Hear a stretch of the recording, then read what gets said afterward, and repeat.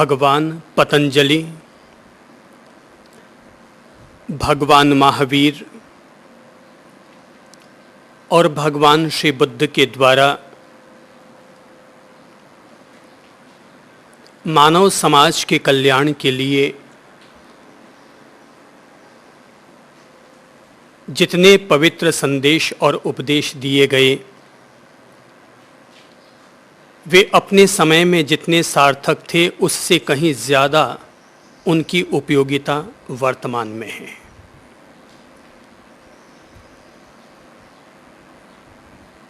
अतीत में भी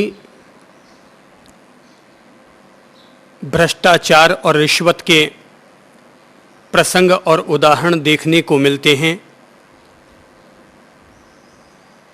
कंस और रावण के अत्याचार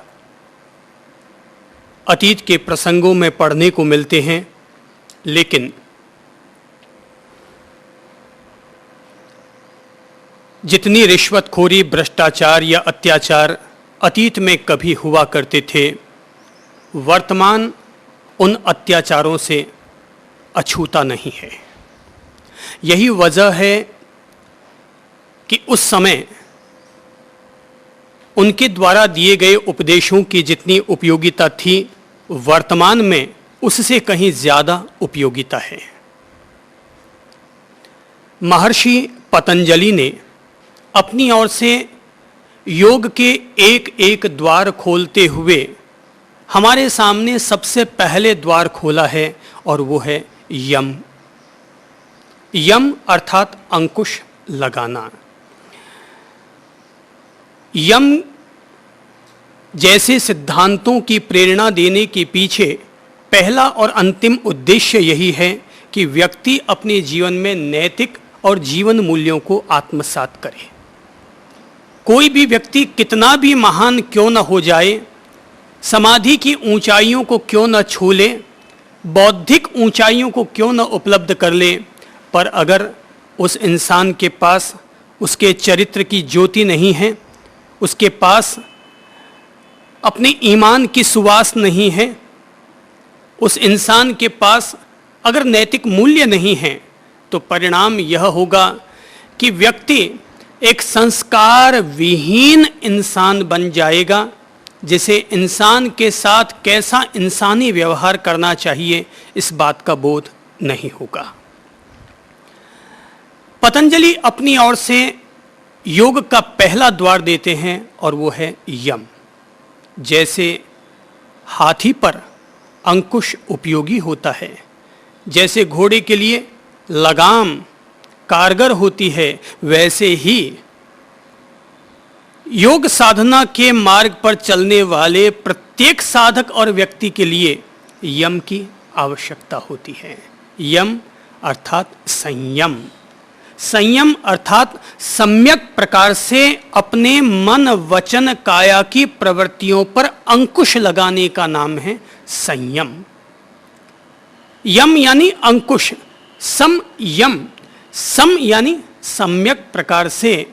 तो मन के द्वारा, वाणी के द्वारा, काया के द्वारा होने वाली समस्त गतिविधियों पर सम्यक प्रकार से अंकुश लगाना, इसका नाम है यम अर्थात संयम।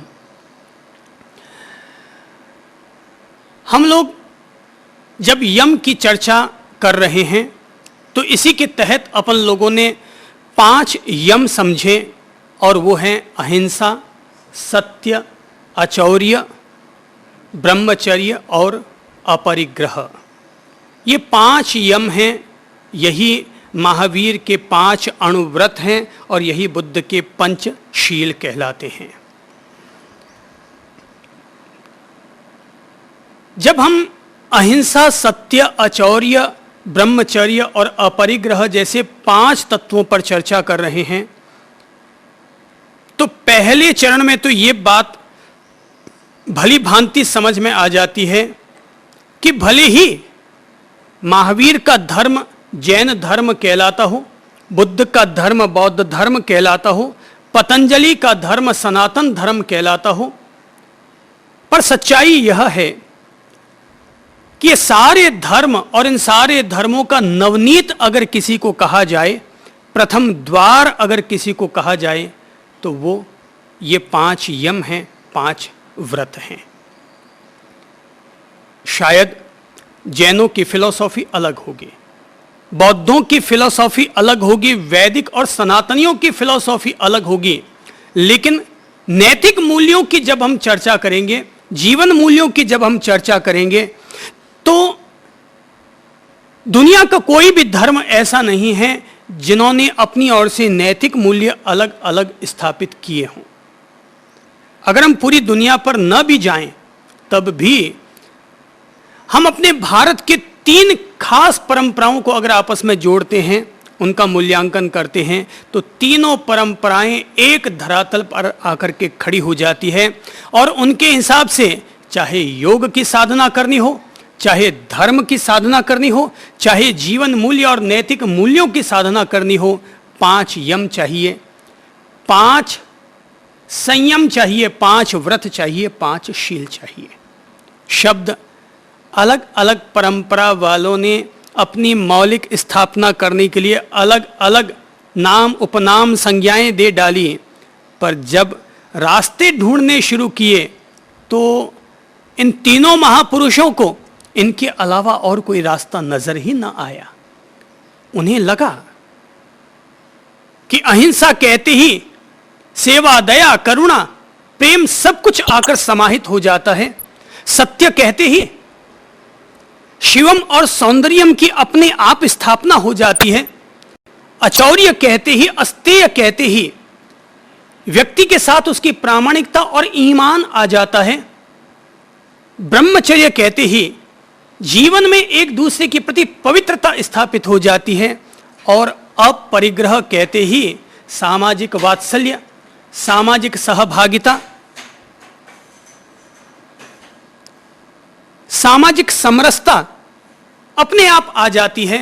तो 5 व्रत कहो, 5 यम कहो, पंचशील कहो, कुल मिलाकर के यह एक ऐसा पंचामृत है जिसे कि इस संपूर्ण भारत के द्वारा अगर दुनिया को कोई पैगाम दिया जाना चाहिए कि आज जब किसी देश में अगर गरीबी और अमीरी की भेद रेखाएं बहुत ज़्यादा बढ़ गई हैं, किसी देश में अगर भ्रष्टाचार फैल गया है, किसी देश में अगर सेक्स, राजनीति, व्यसन ये बेशुमार अगर बढ़ते चले गए हैं,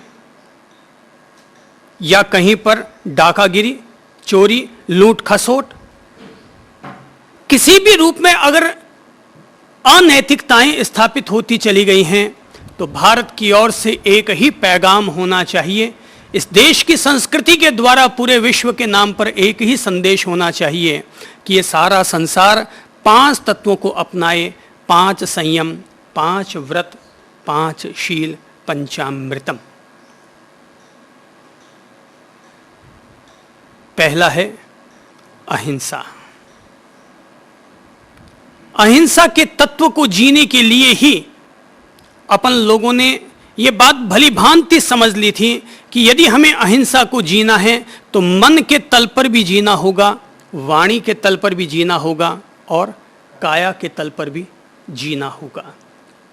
मानसिक हिंसा पर अंकुश लगाने के लिए सोच को सकारात्मक रखो, विचारों को सकारात्मक रखो, ताकि दूसरे के द्वारा हमारे प्रति किए जाने वाले हल्के व्यवहार के बावजूद हमारे द्वारा उनके प्रति क्रोधपूर्ण, उपेक्षापूर्ण, नफरत भरा बर्ताव न हो जाए। इसीलिए सकारात्मक सोच अर्थात अहिंसा को मानसिक धरातल पर कैसे जिया जाए, तो पॉजिटिव एटीट्यूड अपनाते हुए, पॉजिटिव थिंकिंग अपनाते हुए व्यक्ति दूसरों के प्रति अपनी ओर से अच्छा, सकारात्मक, उदारतापूर्ण, सौम्य व्यवहार करे। वाणीगत हिंसा पर अंकुश लगाने के लिए मिठास से बोलो, विनम्रता से बोलो, तहजीब से बोलो, अपने अहंकार को तोड़ते हुए बोलो, ईगो को हटाते हुए अपनी भाषा का उपयोग करो। और जब भी किसी से बोलो तो ऐसे लगना चाहिए कि ये बोल नहीं रहा, जैसे कि हमें फूलों का गुलदस्ता भेंट कर रहा है। अतीत हमने नहीं देखा, भविष्य हम देखेंगे या नहीं देखेंगे नहीं कहा जा सकता, लेकिन वर्तमान हमारे हाथ में है। इसीलिए वर्तमान को प्रेजेंट कहते हैं और उपहार को भी प्रेजेंट कहते हैं। तो वर्तमान स्वयं एक उपहार है, वर्तमान स्वयं ही एक उपहार है। और अपने वर्तमान को उपहार पूर्ण बनाने के लिए, अपने प्रेजेंट को प्रेजेंटेशन ठीक से करने के लिए, उसको उपहार पूर्ण बनाने के लिए जरूरी है कि हम अपनी वाणी का तहजीब से तरीके से इस्तेमाल करें और कायिक हिंसा पर अंकुश लगाने के लिए समिति और गुप्ती का पालन करें, अर्थात अपनी प्रत्येक प्रवृत्ति को बोधपूर्वक, ज्ञानपूर्वक, होशपूर्वक संपादित करें। चलें तो विवेकपूर्वक, खाएं तो विवेकपूर्वक, समितिपूर्वक, करवट बदलें, भोजन भी अगर लें तो शाकाहार लें, रात्रि भोजन पर अंकुश लगाएं, जहां तक हो सके पूरी पवित्रता से, सात्विकता से आहार लें। तो ये सब वो तरीके होते हैं, पानी को छान कर पिएं। समिति और गुप्ती, ये जो शब्द आते हैं, सम्यक प्रकार से प्रवृत्ति करो, और प्रवृत्ति करते हुए भी अगर लगे कि गलती हो रही है तो उस पर अंकुश लगा लो। इस अंकुश लगाने का नाम ही है गुप्ती। अहिंसा मन के धरातल पर, वाणी के धरातल पर, काया के धरातल पर हमें हिंसा पर अंकुश लगाने का पाठ पढ़ाता है। ये तो ही व्यवहारिक अहिंसा। अब इसको हम बिल्कुल अपने प्रैक्टिकल लाइफ में अहिंसा को और किस तरीके से ज्यादा जी सकते हैं, अपने पारिवारिक धरातल पर, अपने सामाजिक धरातल पर। मेरी समझ से इस पर चर्चा करने के लिए मैं एक छोटी सी घटना कहता हूं, और यह घटना है सूफी संतों की। कहते हैं कि एक बड़े कुल का दर्जी संत बन गया, और संत भी बड़ा पहुंचा हुआ संत बन गया। प्रभाव भी इतना फैल गया कि राजा महाराजा तक उनके दर्शन करने के लिए आने लग गए। तो एक दफा उस महान संत के पास नगर का राजा पहुंचा, तो सोचा कि संत महर्षि के पास क्या भेंट लेकर जाऊं। फिर सोचा वे जन्मजात तो दर्जी रहे हैं, तो क्यों ना उन्हें ऐसी अनमोल भेंट ले जाकर दूं कि जो भेंट उनके मूल स्वभाव से जुड़ी हुई हो। तो यह सोचकर वो अपनी ओर से एक सोने की कैंची बनाते हैं, उस पर हीरे मोती जड़वा देते हैं और ले जाकर महात्मा को भेंट करते हैं। महर्षि जैसे ही उस कैंची को देखते हैं